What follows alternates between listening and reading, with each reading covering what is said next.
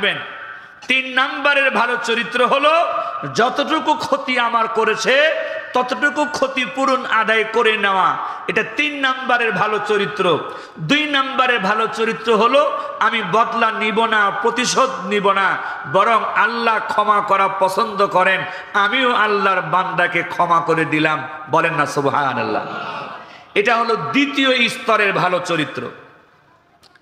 মুসলমান ভাইরে আমার, 1 নম্বরের উত্তম চরিত্র, 1 নম্বরের ভালো চরিত্র, সর্বস্তরের উত্তম চরিত্র হলো খুলুকুন আযীম। আল্লাহ তাআলা তার রাসূলের যেই পরিচয় দিয়েছেন চরিত্রের, এই পরিচয় আল্লাহ তাআলা খুলুকুন হাসানও বলেন নাই, খুলুকুন কারিমও বলেন নাই। বিশ্ব নবীর চরিত্রের পরিচয় দিতে গিয়ে যেই শব্দ আল্লাহ তাআলা ব্যবহার করেছেন, এই শব্দটা হলো খুলুকুন আযীম। আপনি মহান চরিত্রের অধিকারী। মহান চরিত্রের অধিকারী কিভাবে হয়? 1 নাম্বার, মহান চরিত্রের অধিকারী তাকে বলে আইন অনুযায়ী সুযোগ ছিল অন্যায়ের প্রতিশোধ নেওয়ার, কিন্তু তিনি অন্যায়ের প্রতিশোধ নিলেন না। 2 নম্বরে, আইন অনুযায়ী ক্ষমা করে দেওয়ার সুযোগ ছিল, শুধু ক্ষমা করে দিয়ে তিনি ক্ষান্ত হলেন না। 3 নাম্বার, মহান চরিত্র 1 নম্বরে প্রথম স্তরে যেটাকে বলা হয় আমাকে একজন আঘাত দিয়েছে, কষ্ট দিয়েছে, আমি ওই লোকটার পাল্টা প্রতিশোধ নিলাম না, আমি ওই লোকটাকে ক্ষমা করে দিলাম, বরঞ্চ আমি তার হাত ধরে বললাম, ভাই আপনি আমারে যেই গালি দিয়েছেন, আপনি আমারে যেই আঘাত দিয়েছেন, আপনার প্রতি আমার কোনো রাগ নাই, কোনো গোসা নাই। আমার মনে হয় আমার কোনো ভুলের কারণেই আপনি আমাকে আঘাত দিয়েছেন, কষ্ট দিয়েছেন, আমি আপনার কাছে ক্ষমা চাই। জোরে কান মারহাবা। সম্মানিত মুসলমান ভাই এবং বোনেরা, আল্লাহ তাআলার অসংখ্য দয়া এবং মেহেরবানি, আজকে হাজী শফিজউদ্দিন তালিবুল কোরআন মাদ্রাসার পক্ষ থেকে আজকে এখানে কোরআনের বাগান, জান্নাতের বাগানের আয়োজন করা হয়েছে। এই মাহফিল অত্র এলাকার প্রত্যেকটা মানুষের জন্য রহমত এবং বরকতের কারণ। অনেকেই বাহিরে দাঁড়িয়ে আছেন, রাস্তায় দাঁড়িয়ে আছেন। মাহফিল কিন্তু প্রত্যেক দিন হবে না, আর আমরাও কিন্তু প্রত্যেক দিন এভাবে এসে এখানে কথা বলবো না। মাহফিল হলে দূর দূরান্তের বিভিন্ন আলেমদের কথা শোনার একটা সুযোগ তৈরি হয়। একটা বাগানে যেমন হরেক রকমের ফুল থাকে, এক একটা ফুলের এক একটা ঘ্রাণ আমরা পাই কি পাই না? এক একটা ফুল দেখতে এক এক রকম সুন্দর, এক একটা ফুলের ঘ্রাণ এক এক রকম সুঘ্রাণ। তো বাগানে না গেলে ঘরে বসে হরেক রকমের ফুল দেখারও সুযোগ হয় না, ঘ্রাণ নেওয়ারও সুযোগ হয় না। মসজিদে একজন করে ইমাম থাকেন, খতিব থাকেন, সারা বছর উনি বয়ান করেন, আল্লাহর কোরআন থেকেই বয়ান করেন, রাসূলের হাদিস থেকেই বয়ান করেন। কিন্তু যখন কোনো ওয়াজ মাহফিল হয় তখন শুধু এলাকার ইমাম সাহেবই নন, বরং দূর দূরান্ত থেকে আরও অনেক ওলামায়ে কেরাম হাজির হন। সকল আলেম কোরআনের বাগানের ফুল। বলেন না সুবহানাল্লাহ। সকল আলেম কোরআনের বাগানের ফুল, ইসলামের বাগানের ফুল। কিন্তু দুনিয়ার ফুল বাগানে যেমন একই বাগানের ফুল একই বিভিন্ন রকম হয়, ঘ্রাণটাও বিভিন্ন রকম হয়। সমস্ত আলেম তারা কোরআন থেকেই কথা বলেন, হাদিস থেকেই কথা বলেন, কিন্তু মানুষ ভিন্ন হওয়ার কারণে আল্লাহ তাআলা এক একজন আলেমের কণ্ঠের মধ্যে, জবানের মধ্যে এক এক রকম আলাদা বৈশিষ্ট্য দিয়েছেন কি দেন নাই? এক একজনের কথার মজাটা এক এক রকম। এই সুযোগটা কখন হয়? যখন ওয়াজ মাহফিলের আয়োজন হয় তখন এটা শোনার সুযোগ হয়। সারা বছরে মসজিদে তার প্রত্যেক মাসে নতুন নতুন ইমাম নেওয়া যায় না, এটা সম্ভব না, এটা বাস্তব না। এই জন্য যখন কোনো ওয়াজ মাহফিল আশেপাশে হয়, শোনার যখন সুযোগ হয়, প্রত্যেক মুসলমান মা বোনদের উচিত, ভাইদের উচিত কোরআনের বাগানের বিভিন্ন রকম ফুলের, বিভিন্ন রকম আলেমের বিভিন্ন কণ্ঠ থেকে আল্লাহর কথা, রসুলের কথা শোনার এই সুযোগকে নষ্ট না করা। কথা বলুন ঠিক কিনা? এজন্য আমি উদাত্ত আহ্বান জানাই, যে সমস্ত ভাইয়েরা বোনেরা আশেপাশে অযথায় ঘোরাঘুরি করছেন, আপনারা কোরআনের এই মাহফিলের প্যান্ডেলে এসে বসে পড়ুন। যে সমস্ত ছাত্রদের কোনো দায়িত্ব নেই, তাদেরকেও মাহফিলে এখানে বসিয়ে দিলে ভালো হয়।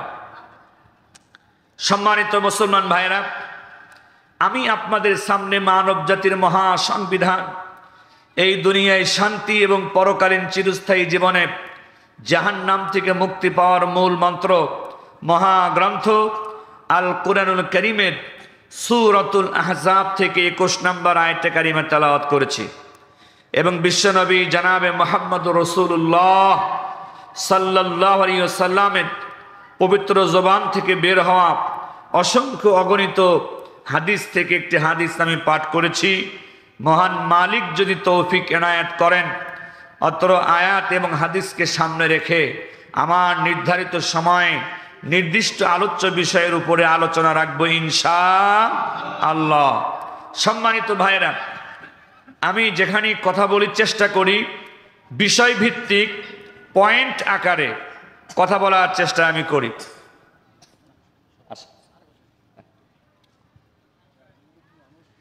যাতে করে আপনাদের কথাগুলো শুনে আমল করতে সহজ হয়, বুঝতে সহজ হয়। এলোমেলো কথা না বলে বিষয়ভিত্তিক পয়েন্ট আকারে আমি কথা বলার চেষ্টা করি। এজন্য আগেই আপনাদেরকে বিষয়টা বলে নিচ্ছি। আজকে আমি নিয়ত করেছি আপনাদের সামনে আলোচনা করার কোরআনের যে আয়াত থেকে, এই আয়াতে আল্লাহ রাব্বুল আলামিন দাবি করেছেন, ঘোষণা দিয়েছেন, ওহে দুনিয়ার মানুষেরা, তোমাদের মধ্যে, তোমাদের জন্য আমার রসুলের মধ্যে রয়েছে উত্তম আদর্শ। এই দুনিয়াতে আমি আপনি যে কোনো কাজ করতে যাই না কেন, যারা গার্মেন্টস সেক্টরে আছেন, গার্মেন্টস সেক্টরে যত দায়িত্বশীল লোক আছেন, সবার দক্ষতা, কর্মদক্ষতা, জ্ঞান বুঝ কি একই রকম, নাকি কারো কারো জ্ঞান বুঝ গার্মেন্টসের ব্যাপারে অনেক উন্নত? কথা বলেন ঠিক কিনা? কিছু থাকেন ওই বিষয়ে যারা অনেক অ্যাডভান্স, অনেক উন্নত জ্ঞান বুঝ রাখেন। তখন কি করা হয়? গার্মেন্টস সেক্টরের লোকেরা গার্মেন্টসের ওই লোকটাকে ফলো করে চলে, মেনে চলে, গার্মেন্টসের বিষয়ে যার জ্ঞান বুঝ দক্ষতা অনেক ভালো। কথা বলেন ঠিক কিনা? তো এটাকে বলা হয় আদর্শ। যাকে মেনে চলা যায়, যাকে অনুসরণ করা যায়, যাকে খেয়াল করে চললে উপকার পাওয়া যায়, সে হলো আদর্শ। ইংরেজিতে বলে হচ্ছে মডেল। তো আল্লাহ তাআলা কোরআনে ঘোষণা দিয়েছেন, ওহে দুনিয়ার মানুষেরা, আমার রসুলের মধ্যে তোমাদের জন্য রয়েছে উত্তম আদর্শ। কোন বিষয়ে উত্তম আদর্শ, আল্লাহ তাআলা সেই বিষয়টা উল্লেখ করেন নাই। তার মানেটা হলো, আল্লাহ তাআলা সরাসরি বলেছেন, আমার রসুলের মধ্যে তোমাদের জন্য রয়েছে উত্তম আদর্শ।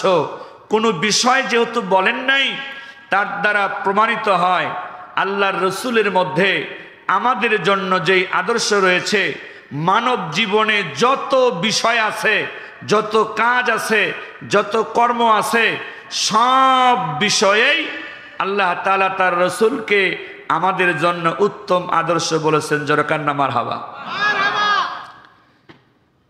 মুসলমান ভাইরে আমার, মানব জীবনে আমাদের কয়েকটি অবস্থা রয়েছে। এক নাম্বার হলো মানুষের ব্যক্তিগত জীবন, 2 নাম্বার হলো মানুষের পারিবারিক জীবন, 3 নাম্বার হলো মানুষের সামাজিক জীবন, 4 নাম্বার হলো রাষ্ট্রীয় জীবন। একটা মানুষ যদি পাগল না হয় আর ছোট্ট শিশু না হয়, সেই মানুষ এই প্রত্যেকটা জীবনে এমনভাবে খেয়াল করে চলা দরকার, যাতে করে তার ব্যক্তি জীবনটাও সুন্দর হয়, তার পারিবারিক জীবনটাও সুন্দর হয়, তার সামাজিক জীবনটাও সুন্দর হয়, তার রাষ্ট্রীয় জীবনটাও সুন্দর হয়। কথা বলেন ঠিক কিনা? কোনো মানুষ যদি এমন খুঁজে পাওয়া যায় ব্যক্তি হিসাবে লোকটা অনেক ভালো, লেখাপড়ার দিক থেকে ভালো, চেহারার দিক থেকে ভালো, কণ্ঠের দিক থেকে ভালো, বেতন ভালো পায়, আয় ইনকাম ভালো, কিন্তু লোকটার ঘরে যদি শান্তি না থাকে, স্বামী স্ত্রীর মধ্যে যদি মিল আর মহব্বত না থাকে, ওই স্বামীর চেহারা যত সুন্দরী হোক না কেন, ওই স্বামীর আয় ইনকাম যত ভালোই হোক না কেন, ওই স্বামীর সামাজিক অবস্থান যত ভালোই হোক না কেন, ঘরের মধ্যে যদি শান্তি না থাকে, ওই লোকটাকে সুখী লোক বলা যায় না। আবার যদি কোনো ব্যক্তিকে আমরা এমন খুঁজে পাই, লোকটা ব্যক্তি হিসাবে ভালো, আচার ব্যবহার ভালো, কথাবার্তা ভালো, তার শিক্ষাগত যোগ্যতা ভালো, তার আয় ইনকাম ভালো, ঘরের মধ্যে যেই স্ত্রী আল্লাহ তাআলা তাকে দান করেছেন স্ত্রীটাও ভালো, তার সাথে সম্পর্কও তার ভালো, কিন্তু এই সমাজে চলতে গেলে আরও কিছু মানুষ সমাজে আছে, আরও কিছু ঘরবাড়ি আছে, তাদেরকে সাথে করে নিয়েই আমাকে আপনাকে সামাজিক জীবনটা চালাতে হয়। আমি নিজে ভালো, আমার পরিবার ভালো, কিন্তু আমার সমাজ যদি ভালো না হয়, বলুন তো আমি আপনি কি ভালো থাকতে পারবো?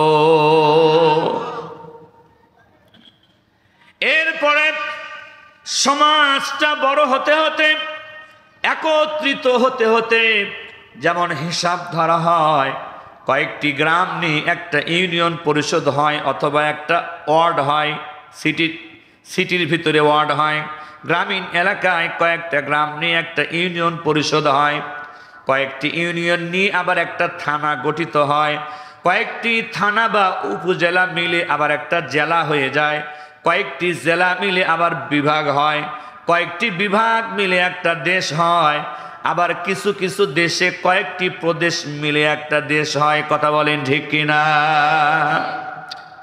একজন মানুষ ব্যক্তি হিসাবে ভালো আছে, স্বামী স্ত্রী হিসাবেও ভালো আছে, সামাজিকভাবেও ভালো আছে, কিন্তু তার রাষ্ট্রটা ভালো নাই, রাষ্ট্রের পরিচালকরা ভালো নেই, রাষ্ট্রের আইন কানুনগুলো ভালো নেই, নিয়ম নীতিগুলো ভালো নেই। বলুন তো আমি কি আপনি ব্যক্তি জীবনে ভালো থেকে, পারিবারিক জীবনে ভালো থেকে, সামাজিক জীবনে ভালো থেকে, রাষ্ট্রীয় জীবন যদি খারাপ হয়, আমি আপনি কি সুখে থাকতে পারবো? পারবো না। কেন? কারণ এই প্রত্যেকটার সাথেই আমার আপনার সম্পর্ক আছে। আল্লাহ রাব্বুল আলামিন বলেন, দুনিয়ার মানুষগুলো এক এক মানুষ এক এক দিকে সুন্দর হতে পারে, এক এক মানুষ এক এক দিকে ভালো হতে পারে। কারো চেহারা ভালো কিন্তু কণ্ঠ ভালো নয়, কারো আবার কণ্ঠ ভালো কিন্তু চেহারা ভালো নয়, কেউ আবার মানুষটা ভালো কিন্তু আয় ইনকাম তার ভালো নয়। আবার কোনো মানুষ সমাজে এমন পাওয়া যাবে ব্যক্তি হিসাবে ভালো, পরিবারে ভালো নাই, পরিবারে ভালো আছে, সমাজে ভালো নাই, সমাজে ভালো আছে, রাষ্ট্রে ভালো নাই। এক এক মানুষের ভিতরে এক একটা ভালো গুণ থাকলেও আবার এক একটা খারাপ গুণ আছে। এই জন্য দুনিয়ার কোনো মানুষ আমার আপনার জীবনের সকল ক্ষেত্রে মডেল বা আদর্শ হতে পারে না। এমন একজন মানুষও আমরা খুঁজে পাবো না যাকে আমরা সব ক্ষেত্রেই আমার আদর্শ ধরে নিব, আমার মডেল ধরে নিব। পৃথিবীতে এমন সাধারণ কোনো মানুষ আমি আপনি খুঁজে পাবো না। আমরা যারা আলেম ওলামা আছি, কোরআন পড়ার সুযোগ পেয়েছি, হাদিস পড়ার সুযোগ পেয়েছি, একটু ভালো থাকার চেষ্টা করি, মসজিদ নিয়ে, মাদ্রাসা নিয়ে, আমরাও কিন্তু সব সময় ভালো থাকতে পারি না। আমাদের দ্বারা বোঝার ক্ষেত্রে ভুল হয়, আমাদের দ্বারাও আচার ব্যবহারের ক্ষেত্রে ভুল হয়। একদিকে এক ইমাম যদি ভালো থাকেন, অন্যদিকে তার দুর্বলতা পাওয়া যায়। কোনো ইমাম আছেন তার কণ্ঠ ভালো, বয়ান ভালো, কিন্তু আচার ব্যবহারে অহংকার থাকতে পারে, হিংসা থাকতে পারে। আবার কোনো আলেম হয়তো এমন পাবেন অহংকার নাই, হিংসা নাই, আচার ব্যবহার ভালো, কিন্তু কণ্ঠটা খুব বেশি সুন্দর নয়। আছে কি নাই? অর্থাৎ আমাদের আলেমদের মধ্যেও কোনো না কোনো সাইটে আমাদেরও ঘাটতি আছে। কথা বলেন ঠিক কিনা? এজন্য জীবনের সকল ক্ষেত্রে একজন আলেমকে, একজন ইমামকেও আমরা সব ক্ষেত্রে মডেল বা আদর্শ হিসাবে মানতে পারি না। কেবলমাত্র শুধুমাত্র একমাত্র আল্লাহ রাব্বুল আলামিন তার ঘোষণা দিয়েছেন, লাকাদ কানা লাকুম ফি রাসূলিল্লাহি উসওয়াতুন হাসানা। আমার বান্দারা, আমার বান্দিরা, ধনী হও, গরিব হও, সাধারণ জনগণ হও, নেতা হও, নেত্রী হও, পুলিশ বাহিনীর লোক হও, আর্মি বাহিনীর লোক হও, সেনাবাহিনী বিজিবির লোক হও, সরকারি দল হও আর বেসরকারি দল হও, তুমি যেই পর্যায়ে লোক হও না কেন, আমার রাসূলের মধ্যে তোমার জীবনের সকল ক্ষেত্রে আমি আল্লাহ উত্তম আদর্শ রেখে দিয়েছি। বলেন সুবহানাল্লাহ। এজন্য আজকে আমার আলোচনার বিষয়, আল্লাহ রাব্বুল আলামিন যে তার রাসূলকে আমাদের জীবনের সকল ক্ষেত্রে উত্তম আদর্শ বলেছেন। কেন উত্তম আদর্শ বলেছেন? কি কারণে নবীজি আমাদের জন্য উত্তম আদর্শ? শুধু এক কাজে নয়, জীবনের সকল কাজে। আর দ্বিতীয় নাম্বার কথা হলো যে আল্লাহর রাসূল উত্তম আদর্শ সত্য, কিন্তু নবী কি সব মানুষের জন্য উত্তম আদর্শ? সব মানুষই কি বিশ্ব নবীকে উত্তম আদর্শ মানতে পারবে? যদি সব মানুষ মানতে পারত, তাহলে দুনিয়াতে তো মানুষের আচার ব্যবহারে, জ্ঞান বুঝে পার্থক্য থাকতো না। আল্লাহ তাআলা কোরআনে সেটাও বলেছেন। একদিকে তিনি বলেছেন আমার রাসূলের মধ্যে তোমাদের জন্য সকল বিষয়ে উত্তম আদর্শ রয়েছে। আরেক দিকে এই আয়াতেই আল্লাহ তাআলা বলেছেন আমার রাসূলের মধ্যে উত্তম আদর্শ আছে, এই বিষয়ে কোনো সন্দেহ নাই, কিন্তু যাদের মধ্যে তিনটা গুণ আছে, যাদের মধ্যে তিনটা বৈশিষ্ট্য আছে, শুধুমাত্র তারাই আমার রাসূলের উত্তম আদর্শ গ্রহণ করতে পারবে। যাদের মধ্যে তিনটা গুণ থাকবে না, যাদের মধ্যে তিনটা বৈশিষ্ট্য থাকবে না, তারা আমার রাসূলের উত্তম আদর্শ গ্রহণ করতে পারবে না। কোন তিনটা গুণ থাকলে বিশ্ব নবীকে উত্তম আদর্শ হিসাবে গ্রহণ করা সম্ভব হবে? এই তিনটা গুণের আলোচনাও আমি করব আমার আলোচনার শেষের দিকে গিয়ে। এক নম্বর বিষয় হলো আল্লাহ রাব্বুল আলামিন ঘোষণা দিয়েছেন আমার রাসূলের মধ্যে তোমাদের জন্য রয়েছে উত্তম আদর্শ। বিশ্ব নবী কিভাবে আমাদের জন্য উত্তম আদর্শ হলেন? মুসলমান ভাইরে আমার, আল্লাহ রাব্বুল আলামিন নিজেই কোরআনুল কারীমের মধ্যে তার রাসূল যে উত্তম আদর্শ, সেই ঘোষণা তিনি নিজে দিয়েছেন, নিজে সার্টিফিকেট দিয়েছেন। বিশ্বনবী জনাবে মুহাম্মদুর রাসূলুল্লাহ সাল্লাল্লাহু আলাইহি ওয়াসাল্লাম আল্লাহ তাআলার সার্টিফিকেট অনুযায়ী মহান চরিত্রের অধিকারী। সূরাতুল কলামের ভিতরে আল্লাহ রাব্বুল আলামিন বলেন নুন ওয়াল কলামি ওমা ইয়াসতুরুন মা আনতা বিনি'মাতি রাব্বিকা বিমাজনুন ওয়া ইন্না লাকা লাআজরান গায়রা মামনুন ওয়া ইন্নাকা লাআলা খুলুকিন আযীম। নবী করিম সাল্লাল্লাহু আলাইহি ওয়াসাল্লামকে এক শ্রেণীর বেঈমান কাফেরেরা তারা একসময় পাগল বলে মানুষের কাছে দুর্নাম করার চেষ্টা করেছে, বদনাম করার চেষ্টা করেছে। মুহাম্মদ হলো পাগল। আল্লাহ রাব্বুল আলামিন কোরআনের ভিতরে স্পষ্ট ভাষায় আয়াত নাজিল করে জানিয়ে দিয়েছেন মা আনতা বিনি'মাতি রাব্বিকা বিমাজনুন।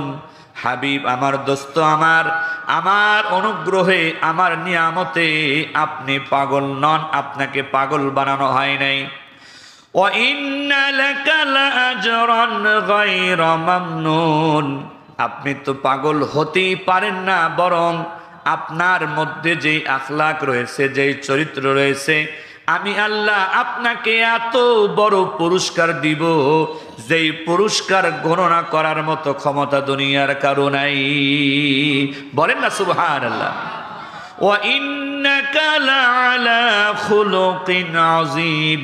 হাবিব আমার, দোস্ত আমার, দুনিয়ার কাফিরেরা, বেঈমানেরা, আমার দুশমনেরা আপনাকে পাগল বলুক আর যাই বলুক, দুনিয়ার কোনো কাউন্সিলরের সার্টিফিকেট নয়, এমপির সার্টিফিকেটে নয়, দুনিয়ার কোনো মন্ত্রীর সার্টিফিকেটে নয়, সব থেকে বড় প্রেসিডেন্ট হলাম আমি আল্লাহ, সব থেকে বড় প্রধানমন্ত্রী আমি আল্লাহ।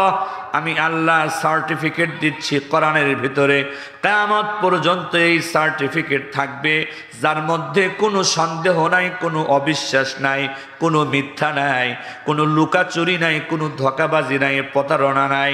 আমি আল্লাহ দ্ব্যর্থহীন কণ্ঠে ঘোষণা দিলাম, হাবিব আমার, দোস্ত আমার, আপনি হলেন পুত পবিত্র মহান চরিত্রের অধিকারী।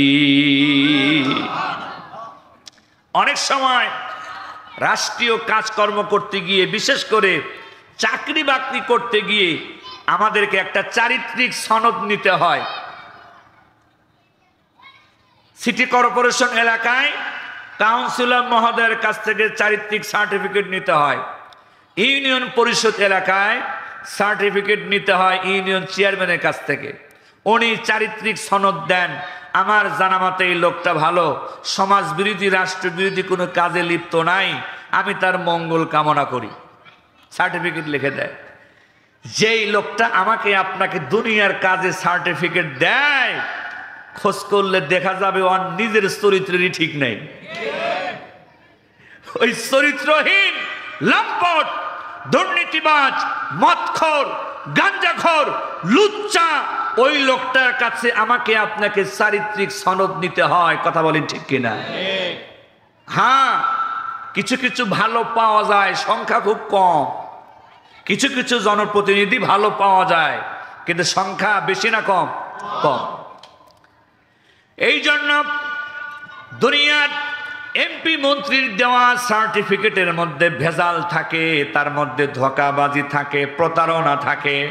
অনেক সময় চারিত্রিক সার্টিফিকেট নিতে হলে, সুপারিশ নিতে হলে মামু গুনতে হয়, ঘোষ দিতে হয়। কিন্তু আল্লাহ রাব্বুল আলামিন কোরআনে ঘোষণা দিলেন, নবী আমার, হাবিব আমার, দোস্ত আমার, আপনাকে যে সার্টিফিকেট আমি দিচ্ছি, এই সার্টিফিকেট দুনিয়ার কোনো এমপি মন্ত্রীর দেওয়া সার্টিফিকেট নয়, দুনিয়ার কোনো প্রধানমন্ত্রীর দেওয়া সার্টিফিকেট নয়, দুনিয়ার কোনো প্রেসিডেন্টের দেওয়া সার্টিফিকেট নয়, যার নিজের চরিত্রেরই ঠিক নাই তার দেওয়া সার্টিফিকেট নয়। আমি মহান মালিক, মহান বাদশাহ, মহান বিচারক, আমি সার্টিফিকেট দিলাম, আপনি আমার নবী, পুত পবিত্র মহান চরিত্রের অধিকারী। সুবহানাল্লাহ। মুসলমান ভাইরে আমার আলোচনার বিষয় হলো, আল্লাহ তাআলা বলেছেন, দুনিয়ার মানুষেরা, আমার রাসূলের মধ্যে আমি তোমাদের জন্য উত্তম আদর্শ রেখে দিয়েছি। নবীজি কেমন উত্তম আদর্শ, তার চরিত্র কেমন উত্তম, এইটার পরিচয়টা আমি আপনাদের সামনে তুলে ধরছি। এক নাম্বার পরিচয়, মহান বাদশাহ, সব থেকে বড় প্রধানমন্ত্রী, সব থেকে বড় প্রেসিডেন্ট, আল্লাহ নিজে সার্টিফিকেট দিয়েছেন মুহাম্মদুর রাসূলুল্লাহ, পুত পবিত্র মহান চরিত্রের অধিকারী। এই যে খুলুকুন আজিম বলা হয়েছে, মুফাসসিরিনগণ তাফসীরের মধ্যে এই খুলুকুন বা আখলাক বা চরিত্রের তিনটা অবস্থা বর্ণনা করেছেন। তারা বলেন, মানুষের আখলাক, চরিত্র তিন রকমের হতে পারে। এক নাম্বার খুলুকুন হাসান, দুই নাম্বার খুলুকুন কারিম, তিন নাম্বার হলো খুলুকুন আজিম। আমরা যদি সিরিয়ালে স্তর বিন্যাস করি, তাহলে এক নাম্বারে হবে খুলুকুন আজিম, দুই নাম্বার হবে খুলুকুন কারিম, আর তিন নাম্বার হবে খুলুকুন হাসান। খুলুকুন হাসান হলো তৃতীয় স্তরের ভালো চরিত্র। তৃতীয় স্তরের ভালো চরিত্র কাকে বলা হয়? একজন ব্যক্তি আপনাকে আঘাত করেছে, আপনার প্রতি অন্যায় করেছে, অবিচার করেছে, জুলুম করেছে, আপনার এটার একটা বদলা নেওয়ার সুযোগ আছে। কতটুকু? আপনার যতটুকু পরিমাণ অন্য কেউ ক্ষতি করেছে, আপনাকে যতটুকু পরিমাণ আঘাত করেছে, ইসলামে অনুমতি আছে ঠিক অতটুকু পরিমাণ পাল্টা আঘাত আপনি তাকে করতে পারবেন। যতটুকু আপনার ক্ষতি করেছে তার কাছ থেকে ততটুকু ক্ষতিপূরণ আপনি আদায় করবেন। এটাকে বলা হয় 3 নাম্বার ভালো চরিত্র, খুলুকুন হাসান। মারহাবা। এই অধিকার আপনার আছে। একজন আপনার প্রতি জুলুম করবে, অন্যায় করবে, অবিচার করবে, আর আপনি শুধু সহ্যই করে যাবেন, সহ্যই করে যাবেন। এটি আল্লাহ তাআলা জোর করেন নাই, অনুমতি দিয়েছেন। যদি আমার আপনার প্রতি কেউ অবিচার করে, কেউ জুলুম করে, কেউ অন্যায় করে, ঠিক অতটুকু প্রতিশোধ আমি নিতে পারবো যতটুকু অন্যায় আমার উপরে করা হয়েছে। কথা বলেন ঠিক কিনা? এই চরিত্রের নাম হলো খুলুকুন হাসান। বলেন এই চরিত্রের নাম কি? খুলুকুন হাসান। 3 নাম্বারের ভালো চরিত্র। এটা কয় নাম্বারে ভালো চরিত্র? 3 নাম্বার, 3rd ক্লাস, 3য় স্তরে। মুসলমান ভাইরে আমার, 2য় স্তর, 2nd ক্লাস ভালো চরিত্রের পরিচয় হলো, তাকে বলা হয় খুলুকুন কারীম, দয়া মায়ার চরিত্র। কোনো একজন ব্যক্তি আপনার সাথে অন্যায় করেছে, অবিচার করেছে, জুলুম করেছে, আপনার ক্ষতি করেছে, চাইলে আইন অনুযায়ী ততটুকু পাল্টা ক্ষতি আপনি তার করতে পারতেন, ততটুকু ক্ষতিপূরণ আপনি আদায় করতে পারতেন। যতটুকু ক্ষতি আপনার করেছে ততটুকু বদলা আপনি নিতে পারতেন, আইন অনুযায়ী সুযোগ ছিল।